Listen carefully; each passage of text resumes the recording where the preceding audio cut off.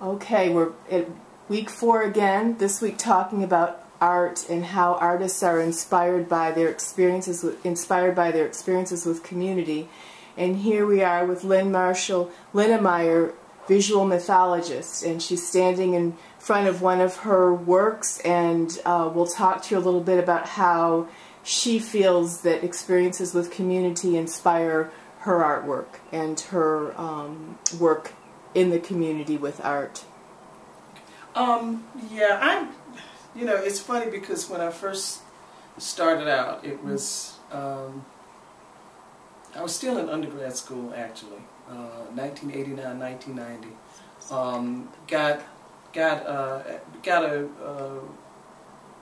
Actually an award to go to Mississippi. This is where it kind of started.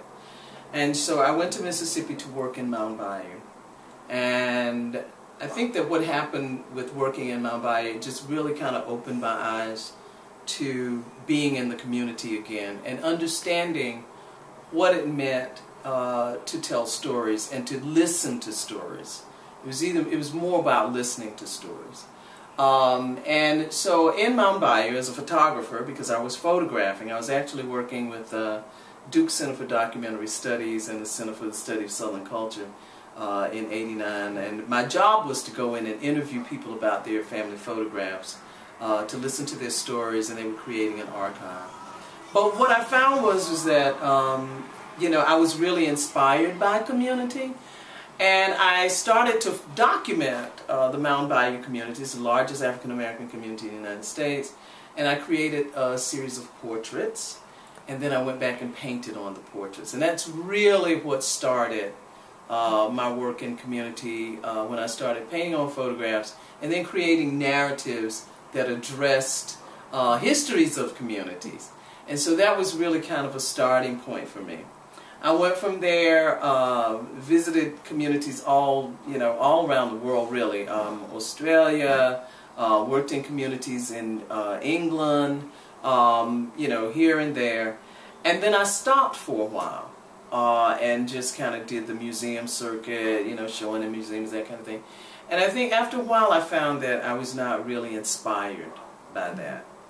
And I decided to return the work to the communities. One of the things that I found out in working in Mound Bayou and working in Reynoldstown was that if I photographed people in their communities and put the photographs, the work that I did, and these were both straight photographs and painted photographs, but if I showed that work in the community would come out and support the work. And so it got people off of their couches, out of their routines that they normally have, where they, maybe would just kind of hang out. It really got them into this formal space. And to me, that was really what it was about. It was about getting people into spaces that they may have been intimidated by because of the formality of it, because we tend to be very formal with art. It tends to be a very elitist kind of thing. And I was really, really, really trying to break down that barrier of elitism. And I think that that's what happened with the paradigm that I developed. So recently, over the last couple of years, I have instituted what's called the Journey Projects. And the goal of the Journey Projects, kind of our overall catch-all, is art and healing in communities. And so basically I arrive in communities or visit communities that have this kind of tangled Southern history, and I use the work to kind of untangle that history.